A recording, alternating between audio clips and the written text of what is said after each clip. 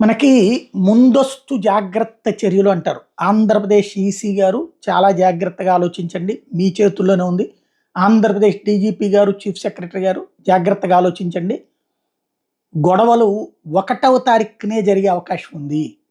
1వ తారీఖున exit polls వస్తాయి 5 గంటలకి. అప్పుడు ఏదో 5 కాదు 6కి బిగినయి 8 దాకా వస్తాయి. ఆ టైం బేసిస్‌గా ఉంటది. ఆ టైంలో కనుక ఈ ప్రభుత్వం దిగిపోతోంది అన్నటువంటి ఫీడ్‌బ్యాక్ కనిపించింది ఆ సర్వేల్లో అంటే తెలుగుదేశం పార్టీ, జనసేన, బీజేపీ కూటములకు సంబంధించినటువంటి వాళ్ళు అప్పటినుంచినే అటాక్‌లకి దిగే అవకాశం ఉంటుంది. ఇక ఆగలేరు వాళ్ళు. ప్రస్తుతం చాలా కసిగా ఉన్నారు. అదే వాళ్ళు ఓడతారు అంటే వైఎస్ఆర్ కాంగ్రెస్ పార్టీ వాళ్ళు ఆ రోజున చేయరు. అప్పుడు 4వ తారీఖు తర్వాత వీళ్ళు చేస్తారు కొంతమంది. ఎందుకు ఈ తేడా ఉందంటే వీళ్ళకి సంబంధించి ఆల్రెడీ విపరీతంగా రెచ్చగొట్టేశారు.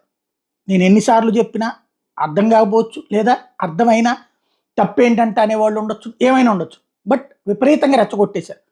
ఆ రెచ్చగొట్టుడు చర్యల ఫలితం ఎట్లుందంటే చంపేస్తే తప్పేంటి? నరికేస్తే తప్పేంటి? ఏదో ఒకటి చేసేయాలి అన్నటువంటి కసితో రోజు మందు తాగుతున్నటువంటి వాళ్ళున్నారు. ఇదొక బ్యాచ్ తయారైంది. ఒక వాట్సాప్ గ్రూపులు తయారు చేసుకున్నారు. ఒక ఫోన్ నెంబర్‌లతో వీళ్ళు సమన్వయం చేసుకున్నారు. కనీసం ఒక 4, 500 మంది ఇదే పని మీదనున్నారు. ఒక్కసారి సరిగ్గా స్పెషల్ బ్రాంచ్ కానీ, పోలీసులు గానీ సీరియస్ కాన్సంట్రేట్ చేస్తే ఈ గ్యాంగ్ దొరుకుతది. ఆ గ్యాంగ్‌ని పట్టుకోకపోతే గనక అరాచకం జరుగుతది. 1వ తారీఖు సాయంత్రం నుంచినే జరిగే అవకాశం ఉంటది. అది దృష్టిలో పెట్టుకోవాల్సిన అవసరం ఉంది.